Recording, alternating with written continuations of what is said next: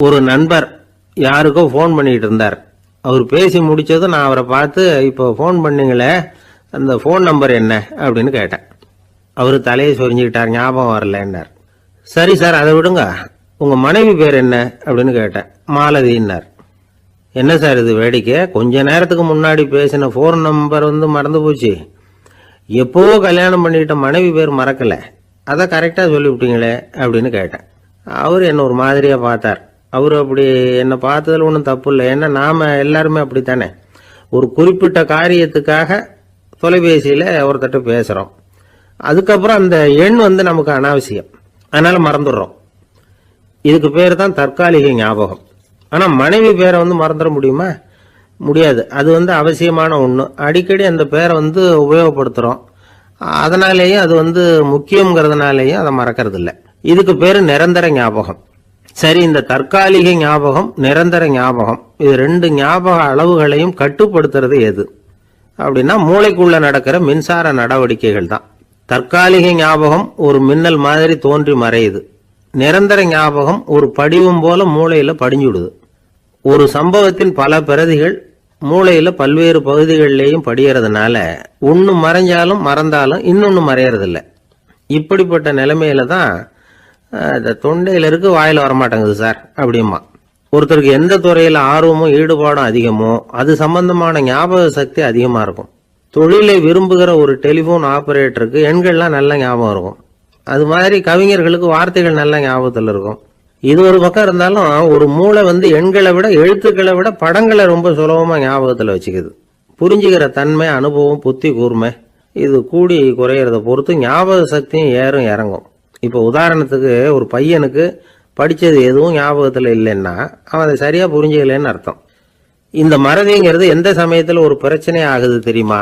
உங்களுக்கு வேண்டியப்பட்ட ஒருத்தரை ஞாயிற்றுக்கிழமை சாயந்தரம் சரியா 5 மணிக்கு கடற்கரைக்கு வர சொல்லிவிட்டு அந்த நேரத்தை மறந்துட்டா அது பரவாயில்ல, வர சொன்னதையே மறந்துட்டாதான் நிலைமை மோசம்னு அர்த்தம். இப்படி இருந்தா இது சிகிச்சை எடுத்துக்க வேண்டிய நிலைமைங்கிறத புரிஞ்சுக்கணும். ஆமா, இதுக்கும் மருந்து இருக்கு. ஆனா மூளை குறிப்பிட்ட அளவுக்கும் கீழே இயங்குறப்போவோ இன்னொன்னு சொல்லுவாங்க, இந்த நியூரோ டிரான்ஸ்மிட்டர் அப்படின்னு சொல்லுவாங்க. அப்படிங்கிற மூளை ரசாயனம் ரொம்பவும் குறைஞ்சி போறப்போ மட்டும்தான் உபயோகப்படும். டாக்டர் என்ன சொல்றாங்க தெரியுமா?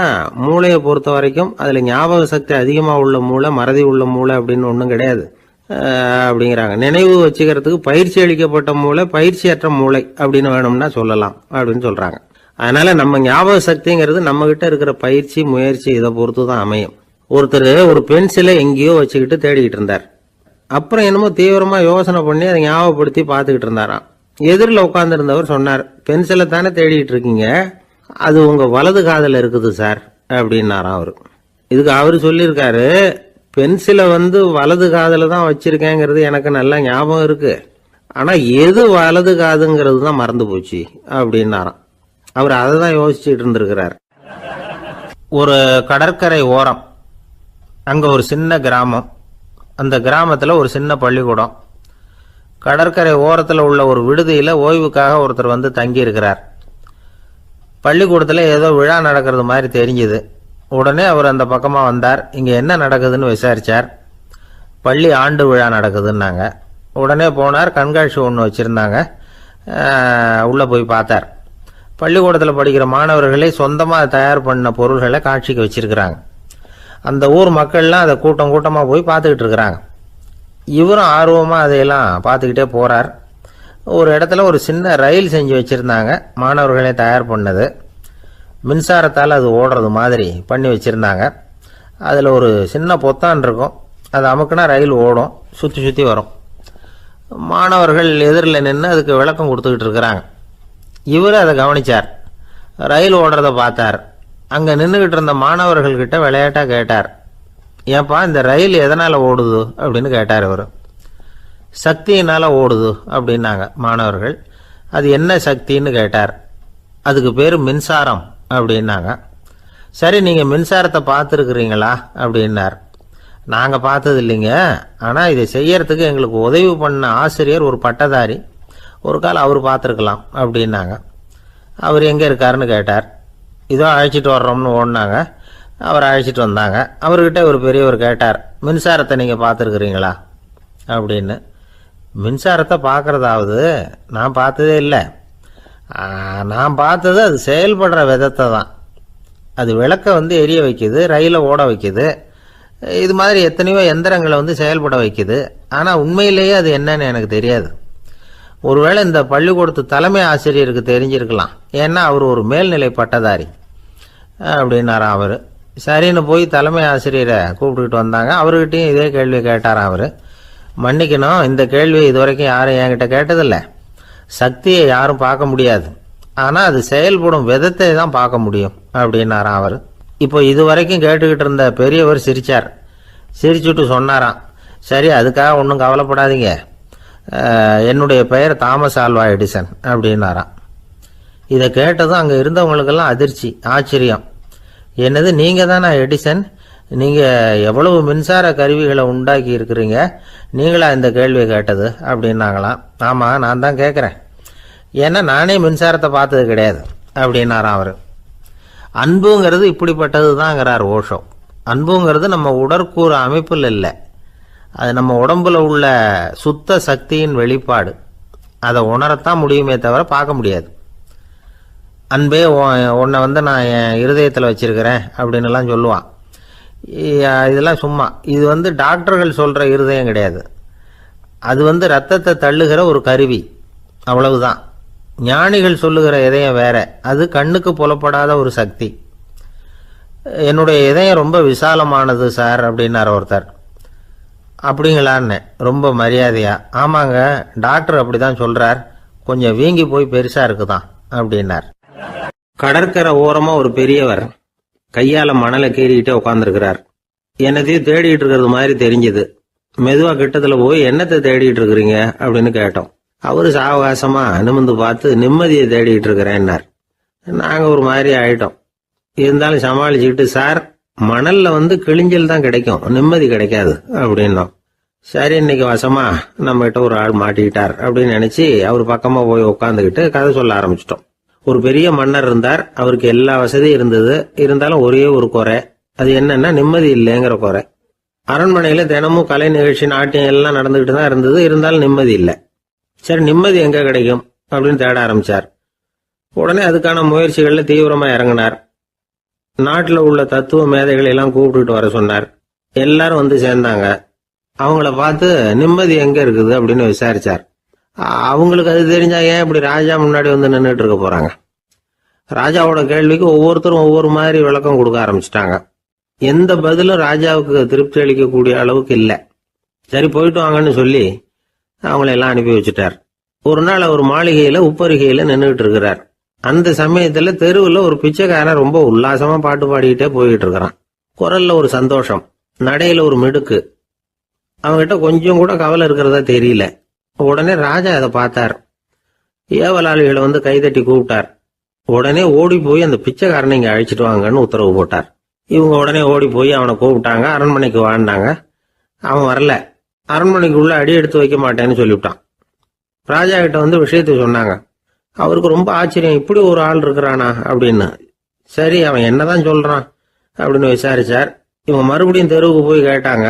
என்ன பார்க்கணும்னா ராஜா விருப்பப்பட்டாருன்னா அவரை வேணும்னா இங்க வர சொல்லுங்க அப்படின்னு சொல்லிவிட்டான்.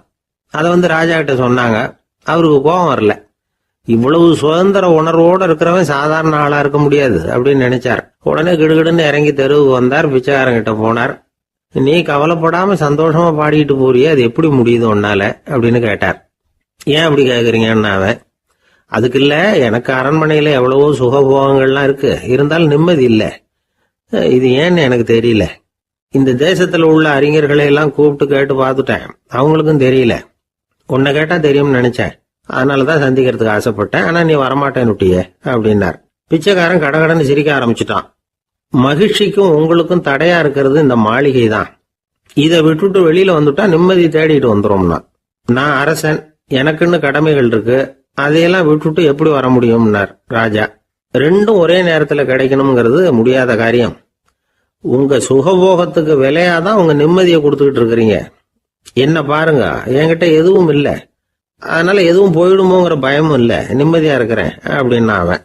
ராஜா உடனே சந்தோஷப்பட்டு தன்னுடைய மேலங்கியை எடுத்து அவனுக்கு பரிசா கொடுத்தாராம். அவன் சிரிச்சுக்கிட்டே அதை வாங்க மாட்டேன்னுட்டானான். இதை நீங்க எனக்கு கொடுக்கறதுனால எந்த பயனும் இல்லை. அதே நேரத்துல அதை வாங்கிட்டேன்னா அடுத்த வினாடியிலிருந்து அதை எப்படி காப்பாத்துறதுங்கிற கவலை எனக்கு வந்து சேர்ந்துரும். அப்புறம் தூக்கம் வராது, நிம்மதி போயிடும் அப்படின்னானா. சொல்லிவிட்டு அவன் பாட்டுக்கு சந்தோஷமா பாடிக்கிட்டே போயிட்டான். நிம்மதி எங்க இருக்குங்கிறதையும் ராஜா தெரிஞ்சுக்கிட்டார். அந்த இடத்துக்கு தன்னால போக முடியாதுங்கிறதையும் அவர் புரிஞ்சுக்கிட்டார். இப்படி இந்த கதைய அந்த கடற்கரையில மணலை கீறிக்கிட்டே உட்கார்ந்துருந்தார அந்த பெரியவர்கிட்ட சொல்லி முடிச்சோம். அவர் முகத்துல ஒரு தெளிவு தெரிஞ்சது. எங்களை நிமிர்ந்து பார்த்தார். ரொம்ப நன்றிங்க, இப்ப எனக்கு தெரிஞ்சு போச்சு. நிம்மதி வேணும்னா அதுக்கு என்ன பண்ணணும்னு இப்ப நல்லா புரிஞ்சுக்கிட்டேன் அப்படின்னார். என்ன புரிஞ்சுக்கிட்டீங்கன்னு கேட்டோம். இனிமே இந்த பக்கம் வந்தா உங்க கண்ணுல படாத இடமா பார்த்து உட்காரணும்னு புரிஞ்சுக்கிட்டேன் அப்படின்னார். ஆபீஸ்ல வேலை பார்க்குற ஒருத்தர் வந்தார். பேசாம ஒரு 10 நாள் லீவு போட்டுடலாமா பாக்குறேன் அப்படின்னார். ஏன்னு கேட்டோம். என்னுடைய மேலதிகாரி ஒரு முசுடு சார், அவர்கிட்ட வேலை பார்க்கறது ரொம்ப கஷ்டமா இருக்குது அப்படின்னார். ஆபீஸ்ல வேலை பார்க்கறவங்க எல்லாம் ஒரு விஷயத்த நல்லா ஞாபகத்துல வச்சுக்கணும். மேலதிகாரிங்கிறவர் ஒரு பெரிய மகான் இல்லை, அவரும் ஒரு மானிட பிறவிதான். சராசரி மனுஷனுக்குள்ள பலம் பலவீனம் ரெண்டும் அவருக்கும் உண்டு. அதனால அவரை கொஞ்சம் அனுசரித்து போகிறதுக்கு பழகிறது தான் நல்லது. மேலதிகாரிகளில் பல வகை உண்டு. அதில் முக்கியமாக 3 வகை. அதில் ஒரு வகை எப்படி தெரியுமா? உங்களை ஒரு வேலை செய்கிற மெஷினாக மட்டுமே நினைக்கக்கூடிய வகை. இவங்கெல்லாம் எப்படின்னா, எங்கேயாவது வெளியூர் போயிருந்தா கூட அங்கேருந்து ஃபோன் பண்ணுவாங்க, அந்த வேலை என்னாச்சு, இந்த வேலை என்னாச்சு அப்படின்னு. இவங்களுக்கெல்லாம் உங்கள் நலனை பற்றியோ உங்கள் குடும்பத்தை பற்றியோ அக்கறை இருக்காது. நீங்கள் சொல்கிற யோசனை எதுவும் இவங்ககிட்ட எடுபடாது. கொடுத்த வேலையை பாரு, நீ எனக்கு புத்தி சொல்ல வேணாம் அப்படிம்பாங்க. இவங்களை அனுசரித்து போகிறதுக்கு ஒரே வழி, இவங்க எதை சொன்னாலும் சரின்னு சொல்லிவிட்டு வேலையை கவனிக்க வேண்டியது தான். இவங்ககிட்ட வேற எந்த கேள்வியும் கேட்டுக்கிட்டு இருக்கக்கூடாது. ஆமா சாமி போடுறது கௌரவ குறைச்சல் இல்லை, அது ஒரு அலுவலக சௌகரியம், அவ்வளவுதான். இன்னொரு வகையான மேலதிகாரிகள் எப்படி தெரியுமா? இவங்கெல்லாம் ஆபீஸ் வேலையை பற்றி அதிகமாக கவலைப்பட்டுக்கிட்டு இருக்க மாட்டாங்க. தங்களுடைய சொந்த இமேஜ் பாதிக்கப்படக்கூடாதுங்கிறதுலயே கவனமாக இருப்பாங்க. இவங்கெல்லாம் அடிக்கடி உங்கள் நலனை விசாரிப்பாங்க. அதே மாதிரி நீங்களும் அவரை விசாரிக்கணும்னு எதிர்பார்ப்பாங்க. இந்த ரக அதிகாரிகளுக்கெல்லாம் புது வருட வாழ்த்து அனுப்பலாம், பிறந்தநாள் வாழ்த்து அனுப்பலாம். அவருக்கு எங்கேயாவது ஒரு பாராட்டு விழா நடந்தால் முதல் வரிசையில் போய் உட்காந்து உங்கள் முகத்தை காட்டலாம். ஆபீஸ் வேலையை மட்டுமே பார்க்குற பணியாளர்கள் இது மாதிரி அதிகாரிகள் கிட்ட நல்ல பேர் வாங்க முடியாது. இன்னொரு வகையான மேலதிகாரிகள் உண்டு. அவங்க எப்படின்னா, ஆபீஸ் வேலையை பற்றியும் கவலைப்பட மாட்டாங்க, தனக்கு கீழே வேலை பார்க்குறவங்கள பற்றியும் கவலைப்பட மாட்டாங்க. எக்காரணம் கொண்டும் தன்னுடைய பொசிஷனுக்கு ஆபத்து வந்துடக்கூடாதுன்னே நினைக்கக்கூடியவங்க இவங்க. இவங்களால கடுமையான வேலை செய்யவும் முடியாது, தீர்மானிக்கவும் முடியாது. எந்த முடிவையும் எடுக்காம அப்படியே தள்ளி போட்டுக்கிட்டே போடுவாங்க எல்லாத்தையும். இதனால என்ன ஆகும்னா, இவருக்கு கீழே வேலை பார்க்குற உங்களுக்கு பொறுப்பு அதிகமாயிடும். இவங்க கிட்ட போய் பிரச்சனையை மட்டும் சொல்லி பிரயோஜனம் இல்லை, அதுக்கான முடிவுகளை நீங்களே சொல்லணும். அப்போதான் இது மாதிரி அதிகாரிகள் கிட்ட நல்ல பேர் வாங்கலாம். அட்லீஸ்ட் கெட்ட பேர் வாங்காமலாவது காலம் தள்ளலாம். ஆபீஸில் வேலை பார்க்குறவங்க முக்கியமாக சில விஷயங்களை ஞாபகத்தில் வச்சுக்கணும். ஆபீஸில் நடக்கிற நல்லது கெட்டது எதுவாக இருந்தாலும் உடனடியாக மேலதிகாரிகிட்ட தெரிவிக்கிறது நல்லது. 3வது மனிதர் மூலமாக அதை அவர் தெரிஞ்சுக்கிறது அவ்வளவு நல்லதில்லை. எந்த மேலதிகாரியுமே தான் இந்த சர்பாஸ் செய்யப்படுறத விரும்புறதில்லை. அதனால் அவருக்கு தெரியாமல் மேலிடத்துக்கு மணி எழுதி போடக்கூடாது. அப்படி எழுதி போடுறவங்க சில பேர் இருக்கிறாங்க. நீங்களும் உங்கள் மேலதிகாரியும் தொழில் ரீதியாக ஒரே படிப்பு படித்தவராக இருக்கலாம். அப்படி இருந்ததுன்னா அட்ஜஸ்ட் பண்ணி போகிறது கொஞ்சம் கஷ்டம்தான். இதை மனசில் வச்சுக்கிட்டு நடந்துக்கணும். உங்களுக்கும் அவருக்கும் அபிப்பிராய பேதமா, அது அவருக்கும் உங்களுக்கும் உள்ள தனிப்பட்ட பிரச்சனை. அதை விளம்பரப்படுத்திக்கிட்டு இருக்கக்கூடாது, அது அவருடைய கோபத்தை கிளறும். உங்கள் மேலதிகாரி உங்கள் கூட படித்தவராக இருக்கலாம், அதுக்காக அவரை எல்லாருக்கும் முன்னாடி அடைய கிச்சாமி எப்படிடா இருக்க அப்படின்லாம் கேட்டுக்கிட்டு இருக்கக்கூடாது. பொதுவாக யாரும் அதை விரும்புறதில்லை. இவ்வளவையும் உங்கள் மனசில் வச்சுக்கிட்டு கொஞ்சம் சாமர்த்தியமாக நடந்துக்கிட்டீங்கன்னா ஆபீஸ் உங்களுக்கு அவஸ்தையாக இருக்காது, ஆனந்தமாக இருக்கும். ஒரு மேலதிகாரி தன்கிட்ட வேலை பார்க்குற ஒருத்தரை பற்றி ரொம்ப பெருமையாக சொன்னாராம். எங்கள் ஆஃபீஸில் எவ்வளவோ பேர் வேலை பார்க்குறாங்க, எல்லாரும் தினமும் ஏதாவது பிரச்சனைகளை சொல்லிகிட்டு இருப்பாங்க. ஆனால் இவர் ஒருத்தர் மட்டும்தான் இது வரைக்கும் என்கிட்ட எந்த பிரச்சனையும் சொன்னதே இல்லை. அவர் பாட்டுக்கு வருவார், வேலை பார்ப்பார், போயிடுவார் அப்படின்னாராம். நான் உடனே அவ்வளவு பெருமைக்குரிய அந்த ஊழியரை பார்த்து கேட்டேன், ஏன்பா உன்னுடைய மேலதிகாரிகிட்ட நீ எந்த பிரச்சனையும் கொண்டுகிட்டு போகிறதே இல்லையாமே அப்படின்னு கேட்டேன். அதுக்கு அவர் சொல்கிறாரு, ஆமாங்க, அது ஏன்னா அவரால் எந்த பிரச்சனையுமே தீர்க்க முடியாதுங்கிறது எனக்கு நல்லா தெரியும், அதனால் அப்படி செய்கிறேன், வேற ஒன்றும் இல்லை.